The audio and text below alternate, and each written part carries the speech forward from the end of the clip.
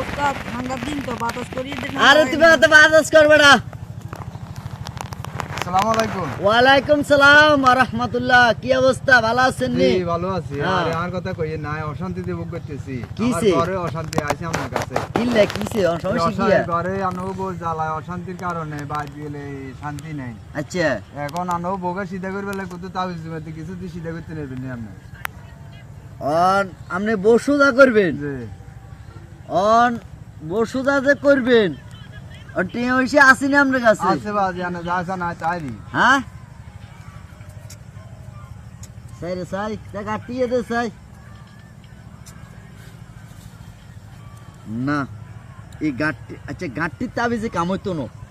আমরা বউ কিন্তু সোজা করে গেলাম, একেবারে সোজা করে গেলাম, হ্যাঁ, সিধা, তারের তারে। মতন সোজা হয়ে যাবো কই। ওম শান্তি ষড়ং পশ্যন অবশ্য ভগবান, ওম শান্তি ওম শান্তি ওম শান্তি। আজ রাত 12টা 1 মিনিটে জি এ ইট ফরাদি ঠাস করে মনে করেন আপনার বোর মাথার মাঝে বাড়ি দিবেন। জি বাড়ি দেওয়ার লগে লগে একেবারে আজীবনের জন্য সোজা হয়ে যাবে। যান যান। এবারে যে ইটিটা দিল, আয় বউরে যদি ঠাস করে রাইতে 12 1 মিনিটে যদি মাথায় ঠাস করে বাজ দিত তার বউ মরে যাব, বিষিদ হয়ে যাব। এবারে তো মা গো, এবারে তো বউ মারবে লাই না বুদ্ধি দিছে।